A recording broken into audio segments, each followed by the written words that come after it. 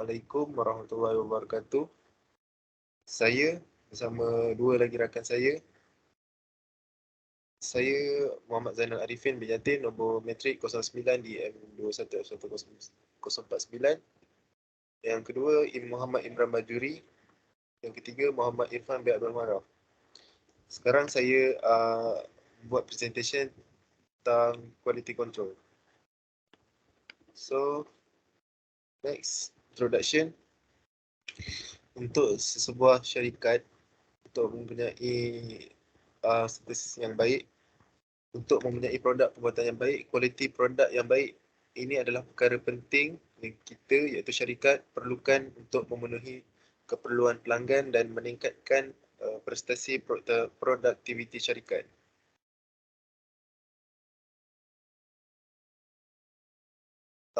Next, quality. Types of quality. Terdapat dua jenis quality iaitu quality assurance, yang kedua adalah quality control. Maksud quality assurance adalah pekerjaan yang memiliki tanggungjawab untuk memastikan dan menyiapkan segala kebutuhan dari aplikasi yang dibangun oleh perusahaan dapat bekerja dengan baik.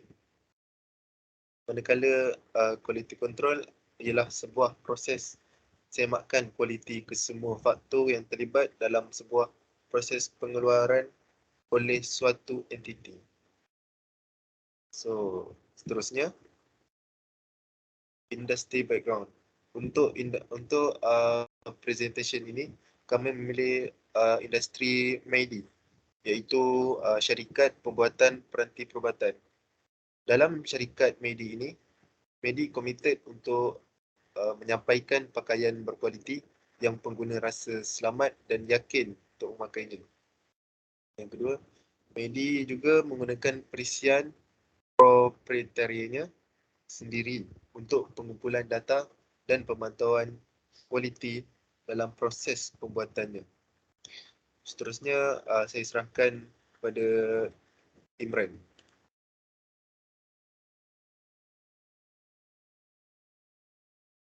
Saya Muhammad Imran bin Bajuri. Nombor matrik 09 dan 1043. Seterusnya saya akan bentangkan untuk industri background dan problem. Jadi problem dia adalah masalah yang mereka hadapi ialah apabila mereka meletakkan perbezaan atau kod yang salah, kod tersebut secara automatik akan menjadi ralat dan menyebabkan perisian menghasilkan jumlah besar kertas kerja. Jadi bila ada buat kesalahan, jadi kertas kerja dia akan.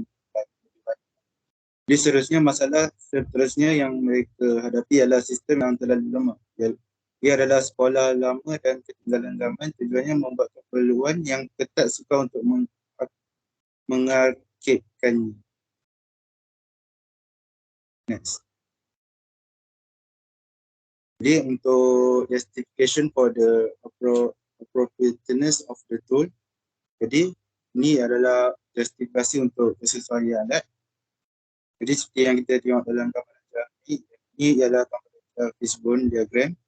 Diagram ni menunjukkan ialah akibat alat visual yang digunakan untuk menyusun kemungkinan sebab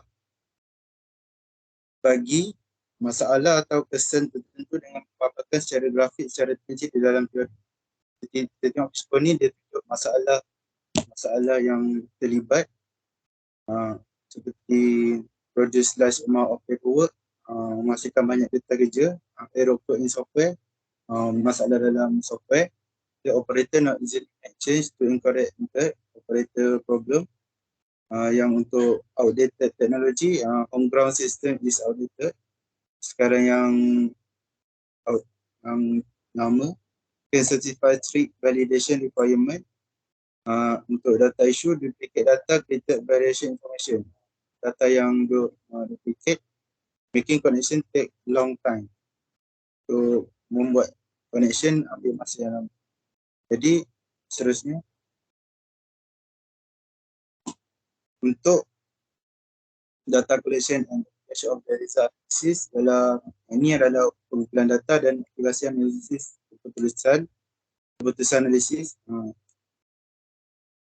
Pertama, yang menyelesaikan pengesahan presiden dalam masa seminggu saja, tugas yang biasanya mengambil masa kekitangan medis selama 6 bulan.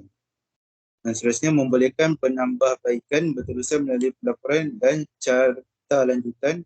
Seterusnya, menjimatkan pembuatan 100 orang kaki tangan kira-kira 300 hingga 350 jam kerja setahun dalam pembetulan dan ketapatan data. Untuk the consequence of not applying the tool for the industry, jadi ini adalah akibat tidak menggunakan alat untuk industri. Ialah yang pertama, akibat tidak menggunakan alat kawalan kualiti akan menjadikan syarikat pengilang peranti perubatan akan sentiasa menghadapi masalah. Maksud dia macam kalau kita tak punya alat tu, berulang kali dia akan jadi masalah. Seterusnya, masalah bila kod masuk yang salah. Banyak kertas kerja yang perlu dilakukan. Jika kod yang dimasukkan dalam data itu banyak yang salah, jadi kertas kerja dia akan jadi lebih baik. Seterusnya saya akan serahkan kepada Muhammad.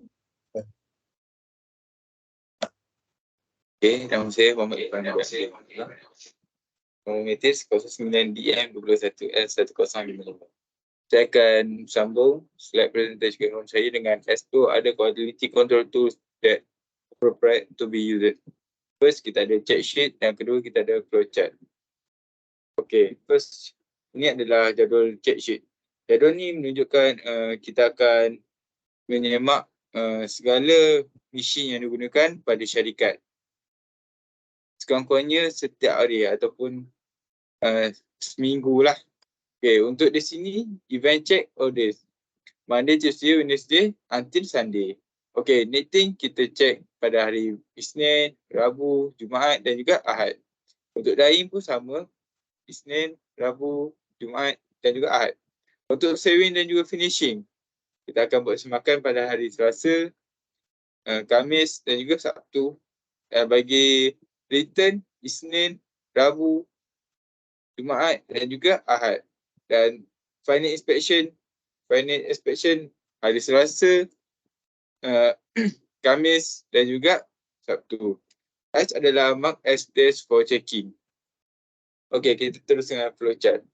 Yang mana kita tahu setiap company atau setiap mesin lah kita perlu membuat satu flowchart di mana kerja-kerja mesin yang diselenggara. First, kita pergi pada start dan kita turun pergi pada knitting, dan ketiga adalah dyeing.